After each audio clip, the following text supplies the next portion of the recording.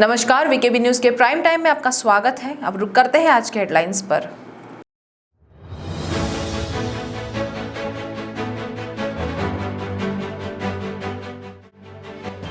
ATM में चोरी के इरादे से आए 3 आरोपी पुलिस गिरफ्त में, सदर पुलिस स्टेशन की कार्रवाई।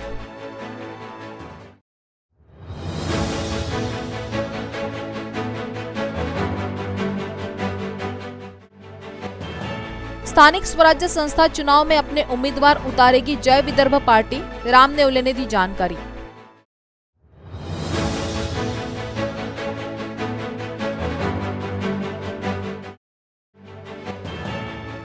और कोरोना संक्रमण को देखते हुए इस वर्ष भी धम्मचक्र प्रवर्तन दिन कार्यक्रम रद्द, जिला प्रशासन ने दी जानकारी।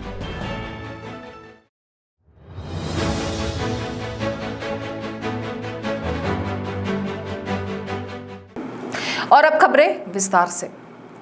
नागपुर शहर के सदर पुलिस स्टेशन के तहत मोहन नगर परिसर से एक एटीएम में चोरी करने के इरादे से आए 3 आरोपियों को पुलिस ने गिरफ्तार किया है, जिनमें से 2 आरोपी मोहन नगर खलासी लाइन के बताए जा रहे हैं, जबकि एक हुड़केश्वर का रहवासी बताया जा रहा है।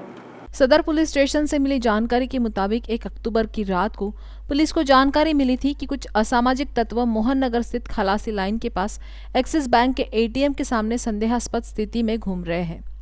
इस बात की भनक लगते ही पुलिस विभाग ने सतर्कता दिखाते हुए तीनों आरोपियों को धर दबोचा, जिनके पास से एटीएम मशीन तोड़ने के औजार पाए गए। पकड़े गए आरोपियों में स्वप्निल जाम्भुलकर, आकाश नाइक दोनों मोहन नगर खलासी लाइन निवासी है, जबकि प्रवीण लवाले नामक आरोपी ये हुड़केश्वर म्हालगी नगर निवासी बताया जा रहा है, जो पेशे से एक इलेक्ट्रॉनिक उपकरण बेचने का कार्य करने की जानकारी पुलिस द्वारा बताई गई है, जो मुख्य मास्टरमाइंड बताया जा रहा है।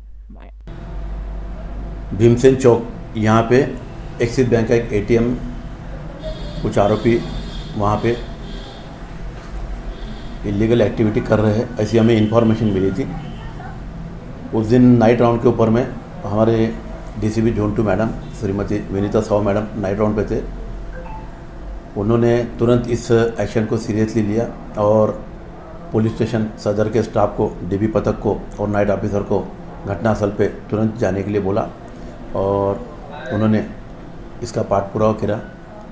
पुलिस स्टेशन के पीएसआई खांडेकर और डीबी स्टाफ एपीआई मोटे और उनका स्टाफ तुरंत घटनास्थल पे गया और उन्होंने वहाँ पे ट्रैप लगा के एटीएम फोड़ते हुए 3 आरोपी को ताबे में लिया। उन आरोपियों का नाम है स्वप्निल रामचंद्र जाम्भुलकर, आकाश धर्मेंद्र नाइक। ये दोनों भी उसी एरिया के खलासी लाइन मोहन नगर के रहने वाले हैं और उनका साथीदार प्रवीण नामदेवराव लवाले ये म्हालगी नगर हुड़केश्वर का रहने वाला है। उनके पास से हमने ग्राइंडर मशीन, पेचकस, पेंचिस, आरी और भी एटीएम काटने के काम में, फोड़ने के बारे में जो भी साहित्य आता है वो साहित्य हमने उनके पास से जब्त किया है और वहाँ से एटीएम फोड़ के वो जो कैश ले जाने की तैयारी में थे उसके लिए उन्होंने एक बड़ी बैग भी लाई थी। जब हमने इनसे आरोपियों को अटक करके हमने उनके खिलाफ में ऑफेंस रजिस्टर किया है और उनका हमने 3 दिन का पीसीआर लिया है। पीसीआर में हमको तपास में मालूम पड़ा है ये जो प्रवीण लवाले नाम का म्हालगी नगर का आरोपी है, ये इलेक्ट्रॉनिक के इंस्ट्रूमेंट दुरुस्त करने का काम करता है, तो इस कारण इसको एटीएम मशीन के बारे में कुछ जानकारी थी, इसलिए वो कुछ दिनों से आरोपी क्रमांक 1 के घर में खलासी लाइन में आया हुआ था और उनके बस्ती में ये एटीएम था, उसकी ये लोग रेकी कर रहे थे और 1 तारीख के नाइट को इन्होंने रात को 3 बजे मौका देख के एटीएम के अंदर में उन्होंने एंट्री किया। वहाँ की पहले लाइटिंग बंद कर दी और उसके बाद में वो लोग वहाँ पे एटीएम फोड़ने लगे।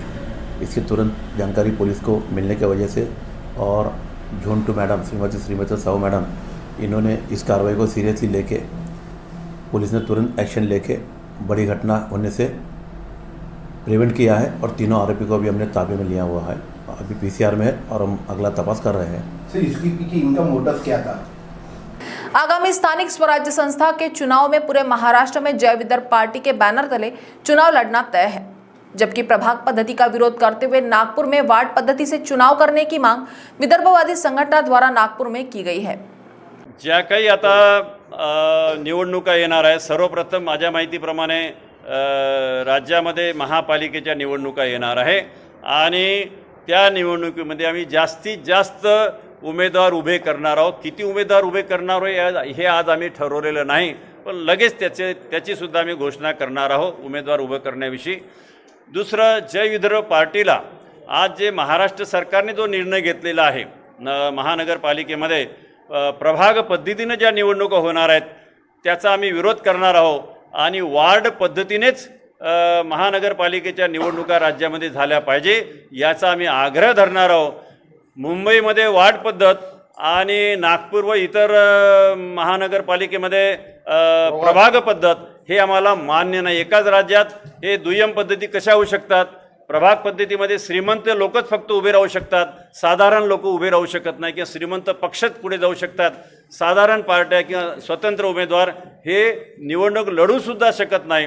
म्हणून आम्ही जय विदर्भ पार्टी त्याचा विरोध करून वार्ड पद्धतीनं निवडणुका घ्यावा याच्यासाठी आम्ही आग्रह करणार आहोत. आणि तुमच्या माहितीसाठी सांगतो, 6 तारखेला परवाला 6 तारखेला व्हेरायटी चौकावरती जय विदर्भ पार्टी आणि विदर्भ राज्य आंदोलन समिती मिळून त्या ठिकाणी राज्य सरकारच्या निर्णयाच्या विरुद्ध आम्ही त्या ठिकाणी निदर्शने करणार आहोत आणि सरकारच्या या निर्णयाला आम्ही विरोध करणार आहोत आणि आम्हाला फक्त वार्ड पद्धत पाहिजे ही मागणी आहे. राज्य सरकार के स्वास्थ्य विभाग द्वारा बड़ी संख्या में भीड़ होने वाले धार्मिक कार्यक्रम आयोजन पर पाबंदी लगाई गई है, जिसके कारण इस वर्ष भी नागपुर के दीक्षा भूमि पर होने वाले धम्मचक्र प्रवर्तन दिन समारोह नहीं किया जाएगा, जिसकी घोषणा जिला प्रशासन द्वारा दी गई है. ज्ञात हो कि 14 अक्टूबर 1956 को नागपुर की दीक्षा भूमि पर बाबा साहेब आम्बेडकर ने अपने लाखों अनुयायियों के साथ मिलकर बौद्ध धम्म दीक्षा ली थी. तब से लेकर हर दशहरे पर लाखों अनुयायी नागपुर के दीक्षा भूमि पर पहुंचकर बाबा साहेब को नमन करते हैं. इस बात को देखते हुए पिछले वर्ष कोविड के संक्रमण के कारण धम्मचक्र प्रवर्तन दिन सादगी से मनाया गया था, जबकि इस वर्ष भी धम्मचक्र प्रवर्तन दिन को अनुमति नहीं दी गई है. शहर की दीक्षा भूमि और कामठी के ड्रैगन पैलेस में भीड़ न हो ऐसे निर्देश दिए गए हैं, जिसकी सूचना जिला प्रशासन द्वारा जारी किए जाने की जानकारी सामने आ रही है. नागपुर जिलाधिकारी ने 4 अक्टूबर से शहर व जिले के ग्रामीण क्षेत्रों में स्कूल शुरू करने की मंजूरी दे दी है. ग्रामीण क्षेत्रों में स्कूल शुरू करने से पूर्व सरपंच की अध्यक्षता में गठित होने वाली समिति इस बाबत अंतिम फैसला लेगी. जिलाधिकारी आर विमला ने स्कूलों को सरकारी गाइडलाइन का पालन करने के निर्देश दिए हैं. ज्ञात हो कि 24 सितंबर को राज्य सरकार ने आदेश जारी कर ग्रामीण क्षेत्रों में 4 अक्टूबर से कक्षा 5वीं तक के स्कूल व शहर में कक्षा 8वीं से 12वीं तक के स्कूल शुरू करने की इजाजत दी है. गत दिनों मनपा आयुक्त ने शहर में स्कूल शुरू करने की अनुमति दी थी. शहर में कक्षा 8वीं से 10वीं तक कुल 249 स्कूल है. इनमें 68,921 विद्यार्थी हैं. एमपी के धार में बस यात्री से $20,000 उड़ाने वाले एमपी के अपराधियों की अंतरराज्यीय टोली को मोमिनपुरा से पकड़ा गया है. एमपी पुलिस की सूचना पर तहसील पुलिस ने 4 आरोपियों को गिरफ्तार किया है. $20,000 उड़ाने वाली एमपी के अपराधियों की अंतरराज्यीय टोली को मोमिनपुरा से पकड़ा गया है. गिरफ्तार आरोपियों में जुबैर खान जमीर खान, सरफराज गफ्फार खान, सादिक सिराज खान धार तथा अनवर नूर खान देवास शामिल है. आरोपियों ने 5 मार्च को टिमकी में वसंत विश्वकर्मा के घर से 63,000 रुपए चुराए थे. उन्होंने कुछ समय पहले एमपी के धार स्थित किशनगंज में मुंबई के एक बस यात्री के $20,000 चुराए थे. ये डॉलर जुबैर ने अपने एक रिश्तेदार को छुपाने के लिए दिए थे. ये रिश्तेदार एमपी पुलिस के हाथ लग गया. उसने जुबैर और उसके साथियों की जानकारी दी, जिसके बाद एमपी पुलिस हरकत में आई. उसने तहसील पुलिस को इसकी सूचना दी. तहसील पुलिस ने तत्काल दबिश देकर आरोपियों को दबोच लिया. उनसे 8 लाख रुपए कीमत की कार बरामद की गई. ये कार्रवाई पीआई जयेश भंडारकर तथा उनके दल ने की है. पुलिस थाना तहसील को एक गोपनीय माहिती मिली कि कुछ बैग लिफ्टिंग करने वाली, घरफोड़ी करने वाली एमपी की गैंग शहर में घूम रही है. ये इंफॉर्मेशन को वेरीफाई करते हुए हमने हमारे अधीनस्थ एपीआई बाबुल, पीएसआई वाघ और स्टाफ को निर्देशित किया. उस मुताबिक संशयास्पद अर्टिका एक्सेल गाड़ी में हमको 4 लड़के मिले, जिसमें सरफराज खान वल्द गफ्फार खान उम्र 35 साल, ग्राम संग्राम, जिला बालाघाट, थाना बालाघाट, सादिक खान वल्द रियाज खान उम्र 36, ग्राम धर्मपुरी, जिला धर्मपुरी, मध्य प्रदेश, जुबैर खान वल्द जमील खान उम्र 27 साल, ग्राम भीमपुरी मलबार, जिला मलबार, और अनवर खान वल्द नूर मोहम्मद खान उम्र 21, ग्राम देवास, जिला देवास, एमपी. ऐसे 4 संशयास्पद इसम हमको अर्टिका, हमारे पत्तों को अर्टिका का एक्सेल गाड़ी में मिले.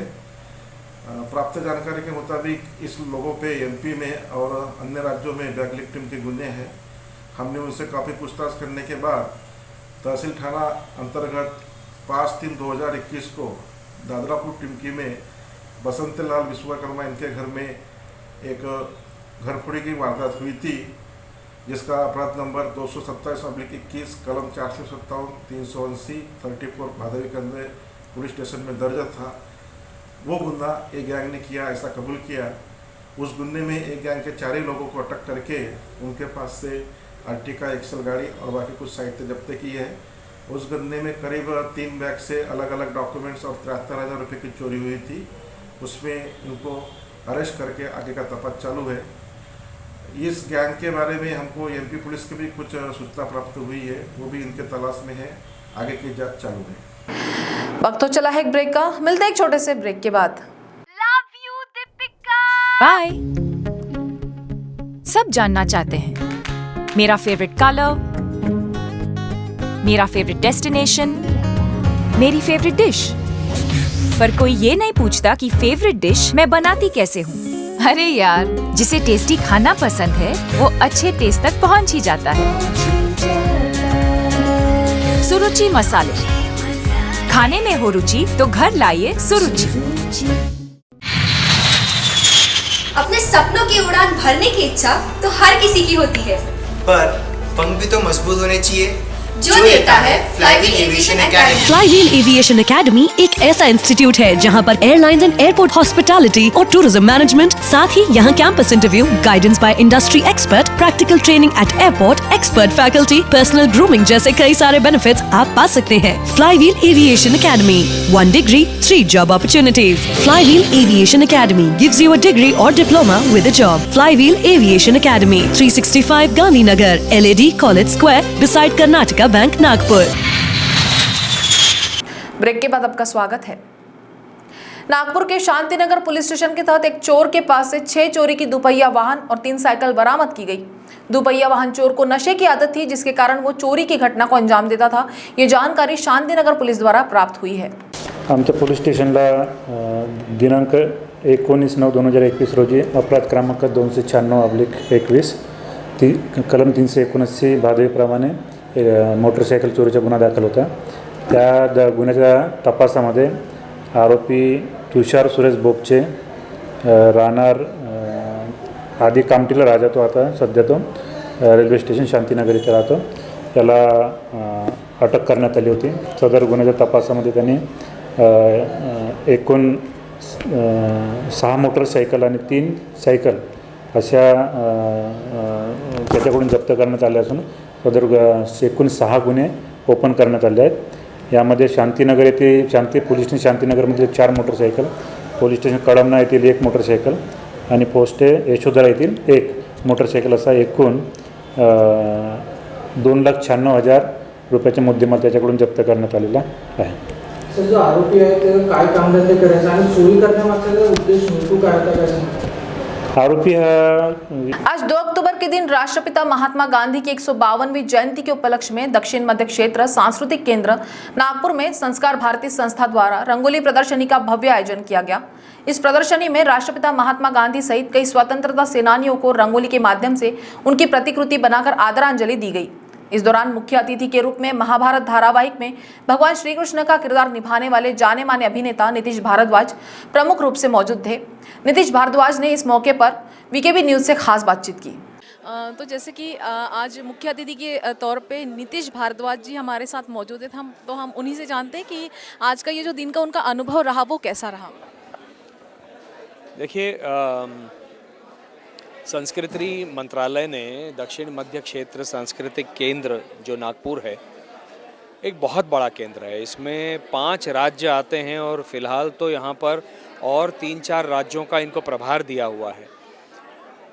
इस देश की जो विविधता है वो किन चीज़ों से हमको दिखती है? सबसे पहले संस्कृति के माध्यम से। तो संस्कृति में क्या आता है? बहुत सारी विधाएं हैं उसमें, चित्रकला है, संगीत है, नाट्य है, लेकिन रंगोली एक ऐसी कला है जिसको मैं मानता हूँ कि अर्वाचीन जितने वैज्ञानिक रहे हैं जिन्होंने ये कहा कि बच्चों को आप खिलौने दिया करो ताकि उनके मोटर रिफ्लेक्सेस, सेंसरी ऑर्गन्स और मोटर रिफ्लेक्सेस जो हैं वो डेवलप होंगे। उसके हज़ारों वर्ष पहले हमारी रंगोली कला के माध्यम से हमने बच्चों को वो रंगोली की पाउडर देना सिखाया और रंगोली के माध्यम से जीवन का दर्पण भूमंडल पर उतारना सिखाया और उसके माध्यम से सेंसरी रिफ्लेक्सेस बच्चों के विकसित होते रहे। तो ये बहुत महत्वपूर्ण कला है जो बड़े शहरों में लुप्त होती दिखाई दे रही है और जिसका काम ये संस्कार भारती करता है और ये उनकी विशेषता बन के रह गई है पूरे भारत में, पूरे विश्व में। मतलब विश्व में भी कहीं NRIs का कोई फंक्शन होता है तो संस्कार भारती के रंगोली कलाकारों को लेकर जाया जाता है और वहाँ पर रंगोली चित्रित होती है। ये भारत की विशेषता है। तो इसका ये उत्सव और अमृत महोत्सवी ये वर्ष है स्वतंत्रता का, इसमें जिस प्रकार से इन्होंने सारे राष्ट्रपिता महात्मा गांधी जी का तो चित्र है ही रंगोली में, लेकिन साथ में पंडित जी का है, लाल बहादुर शास्त्री जी का है, ये जितने स्वतंत्रता सेनानी रहे हैं, ये स्वतंत्रता हमको एक व्यक्ति के कारण नहीं मिली है। हमेशा एक व्यक्ति एक सामने रहता है, 1 2 3 4 व्यक्ति सामने रहते हैं। जैसे आज ये मंच खड़ा है, 4 हम लोग इस मंच पे हम 4 लोग बैठे हैं, लेकिन इसके पीछे कितने लोगों का कार्यभार है जो कार्यकर्ता हैं। वैसे स्वतंत्रता संग्राम में इतने सारे लोगों ने योगदान दिया है, इतने सारे नेताओं ने योगदान दिया, उसमें से कई नेताओं का आज यहाँ पर रंगोली के माध्यम से चित्रित हुआ है।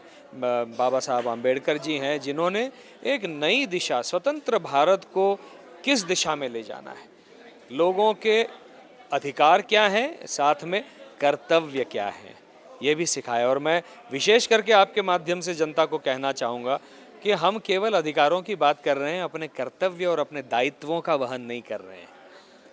तो वो स्वयं उन्होंने दिए हुए BBC के इंटरव्यू में उन्होंने कहा है, 1955 का या 54 का उनका एक इंटरव्यू है जो ब्लैक एंड वाइट BBC को दिया था। उन्होंने कहा था ये जो हमने बनाई है, ये जो रिपब्लिक ऑफ इंडिया का कॉन्स्टिट्यूशन बनाया है, इसमें हमारे दायित्व क्या है, कर्तव्य क्या है राष्ट्र के प्रति, उसके बाद अधिकार आते हैं। हम केवल अधिकार मांगना सीख रहे हैं। जय जवान जय किसान, किसान का महत्व जो है, लाल बहादुर शास्त्री जी ने, आज उनकी भी जयंती है। इसलिए मैं हमेशा, आज मैंने कहा भी कि या तो इसे हम गांधी लाल जयंती कहें तो लाल में लाल बहादुर शास्त्री भी आते हैं और लाला लाजपत राय भी आते हैं, जिनके कारण जलियांवाला का एक दुखद हत्याकांड हुआ और उन्होंने उसके बाद में उनसे प्रेरणा लेके भगत सिंह हैं, राजगुरु हैं, सुखदेव, इतने सारे लोगों ने इस स्वतंत्रता संग्राम में अपना बलिदान दिया है। और इनसे प्रेरणा लेकर गरीब जनता जो अपने एक झोपड़ी में से निकलकर बाहर आई थी, तो इन सब का स्मरण करना बहुत आवश्यक है। और रंगोली कला के माध्यम से आज ये हुआ है। मैं गदगद हूँ इन कलाकारों ने जो चित्रित किए हैं उनको देखकर। मेरा आपसे ये सवाल है, जब महाभारत में आपने भगवान श्री कृष्ण की भूमिका निभाई थी, तो असली जीवन में उसका क्या प्रभाव पड़ा और आपका उस वक्त का अनुभव हमसे आप साझा कर सकते हो? मेरा ये व्यक्तिगत रूप से मानना है कि कोई भी जब इतना बड़ा लार्जर देन लाइफ जिसको हम कहते हैं और चिरंतन व्यक्तित्व किसी भी माटी का हो, किसी भी देश का हो, उसको निभाने का एक जब अवसर आता है तो वो कौन करेगा, कैसे करेगा, ये विधि लिखित, विधि का विधान पहले से तय होता है, हमें वो पता नहीं होता। तो मैं महामूर्ख हिंदी नाटक करता था, हीरो बनना चाह रहा था और मना कर चुका था कि मुझे नहीं करना कृष्ण। लेकिन बार बार ये रोल जब मेरे पास आने लगा तो मेरी माताजी जो प्राध्यापिका थीं विल्सन कॉलेज में, ज्ञानेश्वरी और गीता की पंडिता थीं, विदुषी थीं, उन्होंने कहा तुम क्या कर रहे हो, तुमको समझ में आ रहा है ये कितना बड़ा काम करने का एक अवसर तुम्हारे पास बार बार आ रहा है। उन्होंने मेरी आंखें खोल दी और कहा कि भक्ति का योग, ज्ञान का योग, कर्म का योग, जो कर्म योग मैं अपने माता पिता से देखकर सीखा हूँ। They became what ever they became from a zero. कुछ नहीं थे जीवन में, उनके पास कुछ नहीं था। वहाँ से केवल कड़ी मेहनत से और लगन से और सच्चाई से से काम करके वो जो बने वो बने उसको। और फिर बचपन से जो एक पढ़ाई घर में चलती थी, महाभारत था हमारे घर में, रामायण नहीं था। महाभारत के 18 खंड आज भी धरोहर के रूप में मेरे घर में हैं। तो बचपन से पढ़ी है महाभारत, गीता, ज्ञानेश्वरी, गीता रहस्य लोकमान्य तिलक जी का, ये बचपन से पढ़ा था। और मराठी में इतना अद्भुत साहित्य बड़े बड़े साहित्यकार लिख कर गए हैं। बाल शास्त्री हरदास जी हुए, युगांत है इरावती जी, इरावती बाई कर्वे जी का, या व्यास पर्व लिखा दुर्गाबाई भागवत ने। इतने सारे ग्रंथ, उपन्यास, नाटक, संगीत नाटक, ये सब जो बचपन से एक तरह से मेरे जीवन का न्यास, फाउंडेशन जिसको कहते हैं, वो इस दिशा में बनता जा रहा था। मुझे समझ में नहीं आ रहा था, लेकिन वो बनता जा रहा था यहाँ। और तब जाकर वो एक अवसर जब आया कि इसको अब अपने भीतर से उड़ेल देना है और इसको निभाना है, तो वो एक रात की बात नहीं है। तो ये कहीं ना कहीं विधि का विधान है। और सौभाग्य है मेरा कि आज 30 वर्षों के बाद भी लोगों का इतना प्रेम, इतना सम्मान, ये अद्भुत है। मतलब मैंने तो सोचा था कि अब ये OTT प्लेटफॉर्म्स आ गए हैं, अब हॉलीवुड की फिल्में लोग जो हैं अपने बेडरूम तक देख रहे हैं, लोग भूल चुके होंगे। लेकिन फिर से जब लॉकडाउन में गत वर्ष रामायण महाभारत को दिखाया, ब्रॉडकास्ट हुआ, और जो उन 2 सीरियल्स ने सारे प्राइवेट चैनल्स को हिला के रख दिया, टॉप पे यही 2 धारावाहिक थे। तो ये आस्था है इस माटी की, ये निष्ठा है इस संस्कृति की। राम और कृष्ण सांस्कृतिक धरोहर तो हैं ही, लेकिन महामेरु हैं इस माटी के। और यहीं का ये अध्यात्म है जो लोगों ने दिखा दिया कि हम आज भी इसको सर पर धरते हैं। ये लोगों की आस्था है, निष्ठा है, उनका भाव है, जिसके कारण हम आज यहाँ इस व्यासपीठ पर खड़े हैं। पुलिस विभाग की ओर से गंगा जमुना परिसर को पूरी तरह से हटाने के लिए यहां के कई घरों को सील ठोकी गई। पुलिस की इस कार्रवाई से बाधित ज्योति राठौड़ की ओर से हाईकोर्ट में अवमानना याचिका दायर की गई। इस पर सुनवाई के बाद न्यायाधीश AS चांदुरकर और न्यायाधीश GA सानप ने पुलिस आयुक्त अमितेश कुमार और लकड़गंज के वरिष्ठ पुलिस निरीक्षक पराग थोटे को नोटिस जारी कर 2 सप्ताह में जवाब दायर करने के आदेश दिए। साथ ही अदालत ने 10 सितंबर 2021 को किए गए आवेदन की वर्तमान स्थिति की जानकारी भी देने के आदेश पुलिस आयुक्त को दिए। याचिकाकर्ता की ओर से पैरवी कर रहे अधिवक्ता राठौड़ ने कहा कि याचिका क्रमांक 1185 2015 में हाईकोर्ट की ओर से 10 सितंबर 2015 को आदेश जारी किए थे, जिसमें वर्तमान याचिकाकर्ता भी याचिकाकर्ता के रूप में शामिल थी। वर्तमान में इमोरल ट्रैफिक प्रिवेंशन एक्ट 1956 की धारा 18(1) का हवाला देते हुए याचिकाकर्ता का कमरा सील कर दिया गया है, जबकि इस तरह की कार्रवाई के लिए सर्वप्रथम याचिकाकर्ता को नोटिस दिया जाना चाहिए था। उन्हें किसी तरह का नोटिस नहीं दिया गया, जिससे उक्त याचिका में पुलिस द्वारा दिए गए शपथ पत्र के अनुसार उल्लंघन किया गया। अधिवक्ता राठौड़ ने कहा कि उस याचिका में लकड़गंज के पुलिस निरीक्षक ने शपथ पत्र दायर कर नियमों के विपरीत कोई भी कार्रवाई नहीं करने तथा याचिकाकर्ता को उसके कमरे से बेदखल नहीं करने का आश्वासन दिया था, किंतु इसका पालन नहीं किया गया। लता मौंदेकर के मकान में याचिकाकर्ता किराए से रहती है। जनवरी 2021 को पुलिस की ओर से याचिकाकर्ता को कमरा खाली करने को कहा गया था, किंतु कमरा खाली नहीं करने पर पुलिस ने 3 सितंबर 2021 को जबरन बिजली पानी कनेक्शन काट दिया, साथ ही कमरे को सील ठोक दी। इससे पूर्व किसी तरह का नोटिस आदि नहीं दिया गया। पुलिस की इस कार्रवाई के खिलाफ आयुक्त के पास आवेदन दिया गया, जिसमें कार्रवाई से पहले उसे अपना पक्ष रखने का प्राकृतिक न्याय नहीं देने की जानकारी दी गई, लेकिन पुलिस आयुक्त की ओर से भी कोई न्याय नहीं मिलने से मजबूरन हाईकोर्ट का दरवाजा खटखटाना पड़ा है। अजनी थाना के अंतर्गत MBBS में एडमिशन के नाम पर 41 लाख रुपए की धोखाधड़ी का सनसनीखेज मामला सामने आया है। आरोपियों के नाम सचिन कश्यप, श्रीकांत, चंद्रशेखर आतराम, साखरे बताए गए हैं।